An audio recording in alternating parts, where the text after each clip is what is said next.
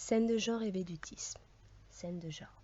Une scène de genre en peinture est un type d'œuvre peinte ou dessinée qui figure des scènes à caractère anecdotique ou familier. Elle est parfois appelée peinture de genre. On peut parfois considérer que la peinture de genre existe dès l'Antiquité. Certains historiens d'art considèrent ainsi les peintures représentant les travaux des champs, les banquets, les fêtes, etc., comme peinture de genre hellénistique de sujets bas, tels qu'ils survivent en mosaïque et sur les peintures murales, échoppes de cordonnier, salons de coiffure, étals, vivres et sujets similaires. De même, dans les vases grecs ou étrusques, on peut trouver parfois des scènes de marché qui s'apparentent à des scènes de genre. Avec le Moyen-Âge, la scène de genre est cantonnée dans les marges et les lettrines historiées des manuscrits. Les manuscrits enluminés médiévaux illustrent souvent les scènes de la vie paysanne ou quotidienne. Elle ne fait son retour que timidement dans certaines allégories du bon et du mauvais. C'est avec les primitifs flamands que la scène de genre semble réellement renaître. Au-delà du portrait, des personnages dans un intérieur bourgeois, détaché du monde, comme une dame à sa toilette confirme cette interprétation, il est intéressant de constater que c'est dans les Flandres que débute réellement cette pratique. Ce sont surtout les écoles du Nord qui mettront ensuite ce genre à l'honneur. En Italie comme en France, ce thème est beaucoup moins bien perçu, malgré de fréquentes femmes au bain de l'école de Fontainebleau, mais qui se rattachent le plus souvent à la peinture mythologique ou à la peinture d'histoire, plus qu'à la scène de genre proprement dite.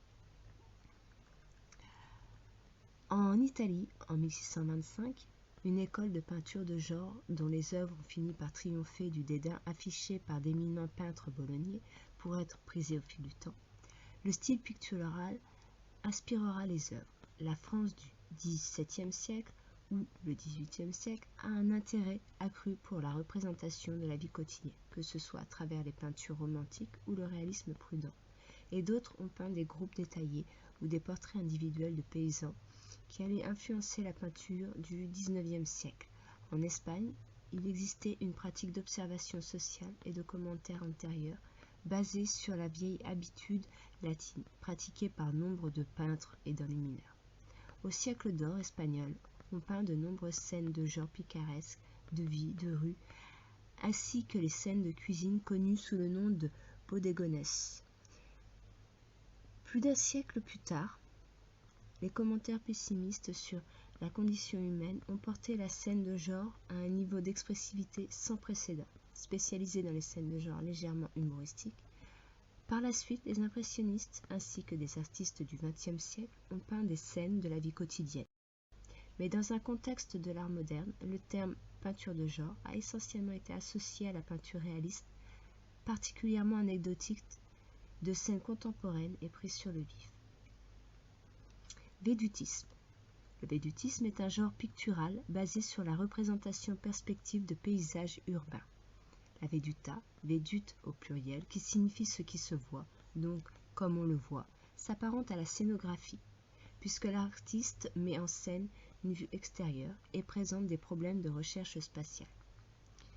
Les deux genres se développent simultanément et s'influencent réciproquement. La pratique de la perspective est très utilisée dans les védutes. Ce mot est aussi un terme d'optique qui désigne autrefois la perspective naturelle. Il est relié au langage de la perspective artificielle ou géométrique, la prospettiva pingendi, entre autres, qui varie selon le point de vue. Ce terme apparaît dans l'histoire de l'art au XVIIIe siècle chez les peintres italiens. Il s'aidait d'un dispositif optique, la chambre noire, camera obscura, placée à l'intérieur de la scène d'un tableau pour préparer leur cadrage, ouvrant la perception optique de la réalité sur un paysage naturel ou suburbain. Ces peintures sont réalisées avec précision et réalisme de détail et sont en général de grand format. Ce style de paysage urbain est apparu dans la peinture flamande en Europe du Nord dès le XVIe siècle. Au XVIIe siècle, les peintres néerlandais font de leur spécialité des vues détaillées et précises de vie reconnaissables, ce qui flatte la fierté des Hollandais. La vue de Delft de Vermeer, 1660-1661, étant un exemple. La Hollande a ainsi pu influencer les premiers védutistes vénitiens par l'intermédiaire de Bambochade, petit tableau de genre décrivant des scénettes dans un décor urbain connu par les précurseurs du védutisme. Dans le milieu du XVIIIe siècle, Venise devient le centre de l'activité des védutistes. Les plus grands artistes qui pratiquent ce genre s'apparentent aux familles de Venise. D'autres artistes apparentés vont travailler dans les capitales européennes, puis s'intéresser à la peinture de scène, partiellement ou totalement imaginaire, connue sous le nom de caprici ou vedute ideate, vue composée.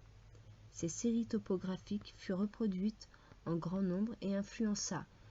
Ce mouvement décline à la fin du XVIIIe siècle. Les védutistes les plus illustres sont vénitiens, mais il y a aussi des napolitains ou d'origine étrangère, comme hollandais ou suédois, qui font l'essentiel de leur carrière en Italie. D'autres védutistes italiens peignent des vues d'autres grandes villes européennes, vues panorama du XVIIIe siècle, basées sur la représentation perspective de paysages urbains. Le védutisme vénitien a toujours peiné à trouver sa voie en France.